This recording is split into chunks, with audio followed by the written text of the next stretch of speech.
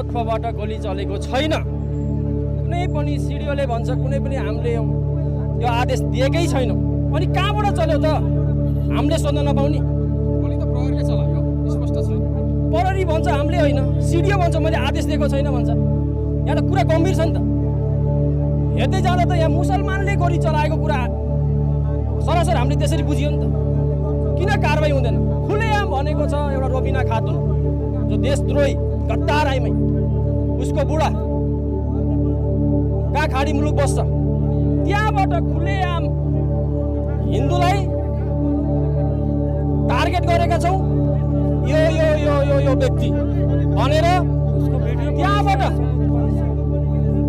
मैले 48 घण्टाभित्रमा गोली हान्न लगाउँछु, चाहे 5, 7, 10 लाख 15 लाख खर्च होस्, मलाई मतलब छैन। मैले पैसा जति पनि बगाउँछु म गोली हान्छु भनेको 48 घण्टाभित्र नै यो घटना घट्नु। सरकारले सोध्नु पर्दैन, सरकारले समाउनु पर्दैन। सरकारले चाहिँ उसलाई समाउने कि अथवा हामीले के गर्ने? हामीले त्यो दुवैतामा गयौँ त। हामीले छानबिनको प्रयास गरिराखेको छ। छानबिन गर्न पर्छ। हाम्रो माग पनि त्यही हो। दोषीलाई कानुनको कठघरामा उम्बाउनु पर्छ। खुनको बदला खुन हुनुपर्छ भन्छौँ त हामीले त। खुनको बदला खुन हुनुपर्छ, किनकि खुनको बदला के हो? खुनेर हुन्छ।